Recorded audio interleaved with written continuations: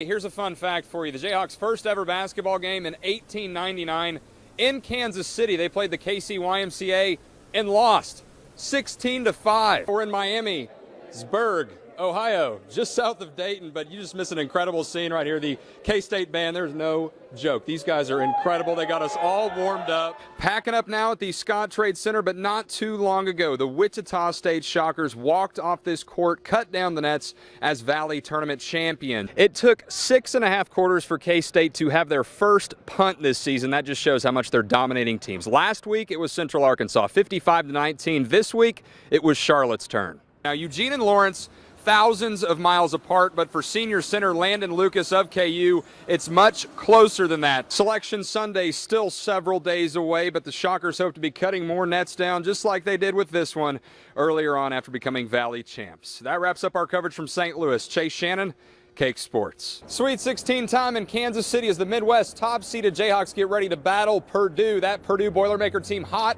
off a round of 32 win over Iowa State. And Kansas hoping this trip to Sprint Center is better than the last. This stage right behind me not too long ago filled with really excited Shockers who just won their first Valley Tournament since 2014, and it was only their second Valley Tournament championship since 1987, and the celebration was incredible. And Coach Marshall added that it is definitely concerning that they've given up 50 points in the first half of their last 3 home games, especially for a guy who values defense and rebounding so much. Week 10 on the Friday Football Blitz, a lot of teams believe that they will win. It's also the second round of the playoffs. We're going to break down the 6A, we're going to break down 4A's top division, but we're going to start with Class 5A. There is a battle of the birds happening in Mays tonight. 2 of the top programs in the classification, Heights paying Mays a visit. You see this young man behind me leading the Bishop Carroll Golden Eagles to their football stadium on Friday night. He is one tough dude, and that could be one of the many reasons BC is 3 wins away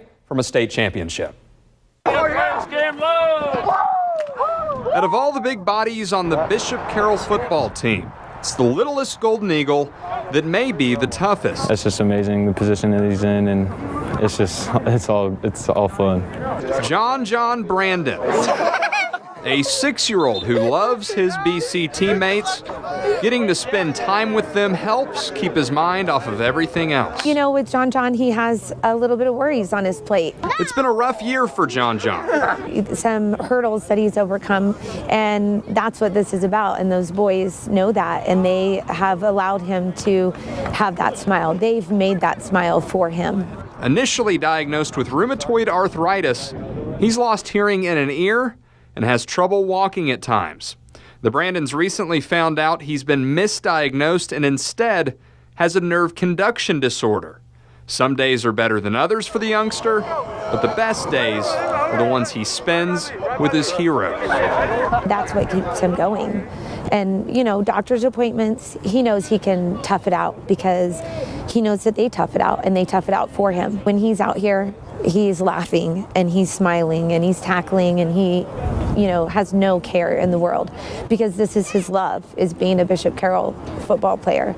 And for me to be able to let him have that dream come true, just amazing.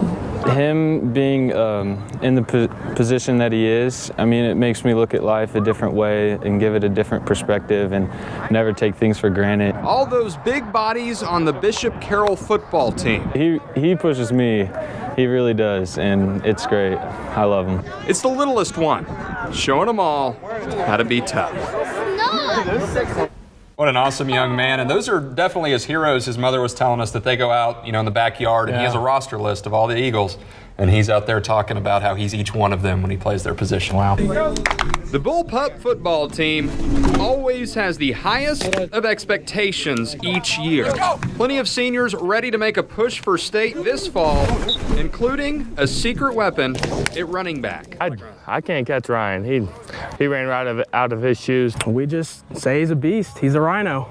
Yeah. Ryan Ronci, My team. nicknamed Rhino, working with the Bullpups Club all 4 years of high school and making sure they're ready to go come game day. Down, set, go! And yell it. Be loud so everybody can hear you. Down, ready, set, go! I think Ryan is the soul of our team. He's got a smile on his face every single day. He brings so much energy to this team. We can really bounce off of Ryan. You know, a long day at practice, we can go in, we can see Ryan in the locker room with a big smile on his face, knowing everything's going to be all right. Ryan has Down syndrome, but it hasn't slowed him down a bit, getting in there and helping out his teammates and always supplying the motivation. He's dependable, and he's always in a good mood, so he's always pumping us up, and he's always got a smile on his face. He's done so much for them over the years, they decided to do something for him. Last Friday, number 41 taking the field with his teammates. We got into the huddle. The kids were aware of what was going on, and as soon as we broke the huddle, the kids said, you know we want to get this one in for Ryan. With the carry. He could go all the way, folks. He's to the 5, into the end zone. Touchdown, The Rhino scoring a touchdown in front of all of McPherson, then showing us all his patented dance moves.